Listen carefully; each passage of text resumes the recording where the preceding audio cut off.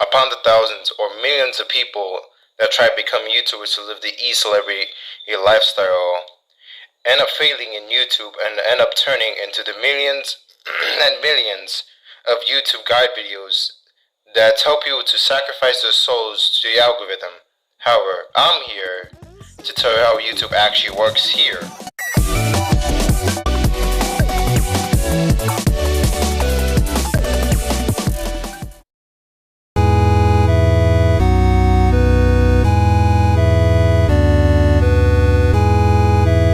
Within those first 2 minutes of the video that you're presenting your audience, you must get their information immediately so that you'll be able to have you stuck in their mind. If not, you will fail to get them to come back to the next video, and it will be agonizing.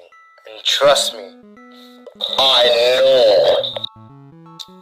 In order to get people to memorize who you are more, you might want to use methods that might grab people's interest, because if you just use your face will be extremely distinguishable as a normal person in a crowd that is competing attention to a person that's an actual celebrity, which is not going to work out. But if you do something interesting or look different, like dyeing your hair or wearing a costume, you'll probably get more attention towards you.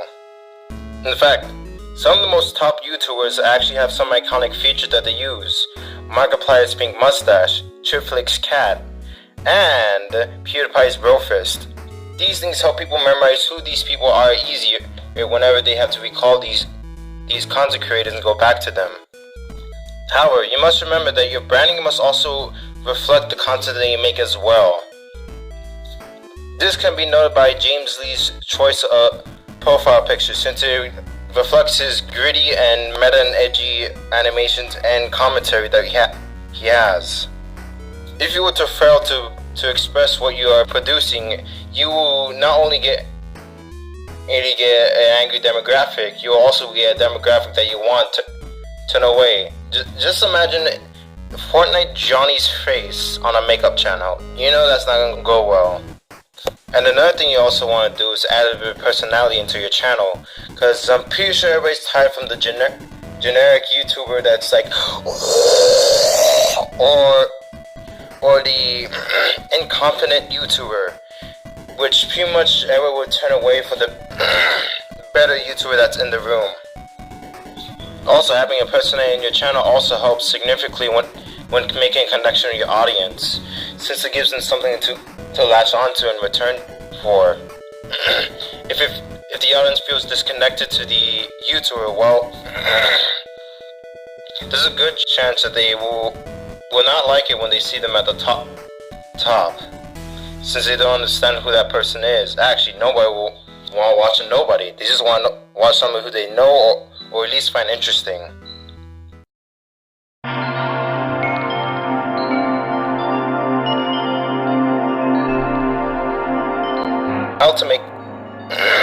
How to get your content views.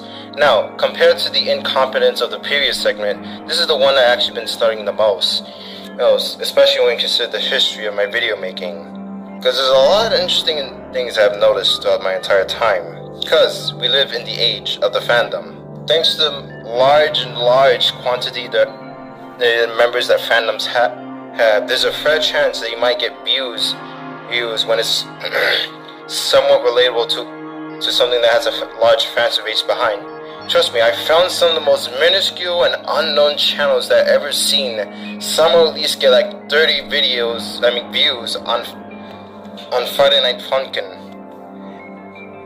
And actually, I've seen some similar results when it comes to my Delta Run theories. So inevitably, someone's gonna watch you when you can do that.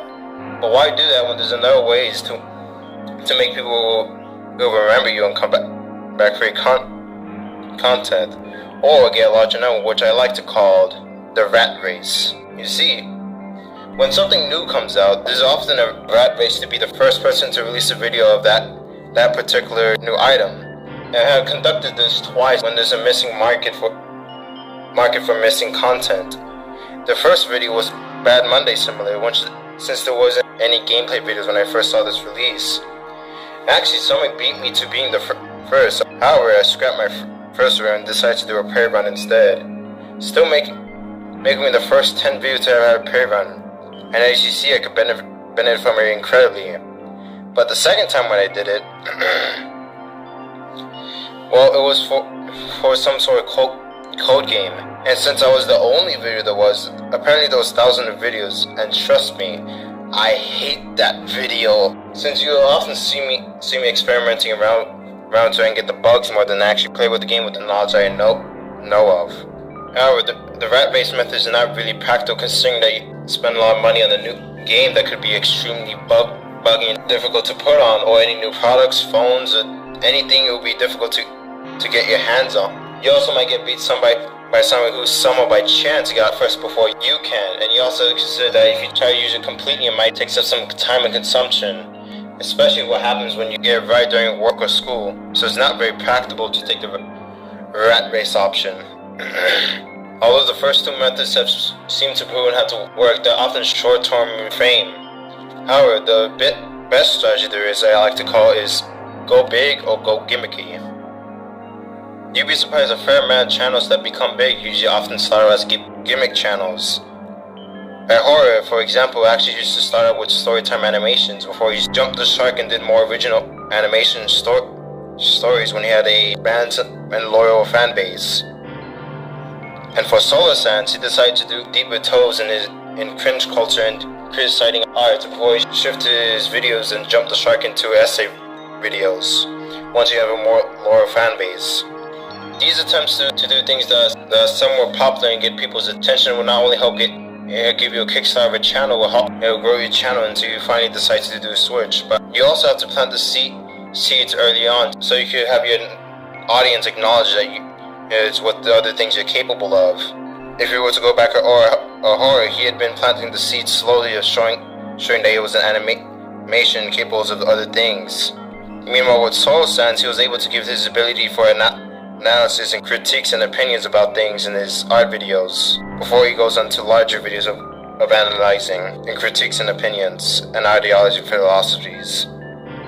Channels that decide to go big, well, they have a bit of a, harder time than those who decide to go gimmick, since it's doing something that more original related towards them than to other things that's popular in the media, or something that doesn't have a big fan base to back it up. Because these people that decide to go big, they don't have much leniency to rely on, so they mostly have to make something that's great and memorable that people remember when they first watch it. But most of the people who are going to watch it are not going to be people that are familiar with what they're making with, since they are exploring unexplored grounds. However, the world will be big if you somewhat do get to person to watch it, since as I mentioned earlier, people will stay if they see how great the person is, especially if it's the first video and they wonder what's their potential in the future.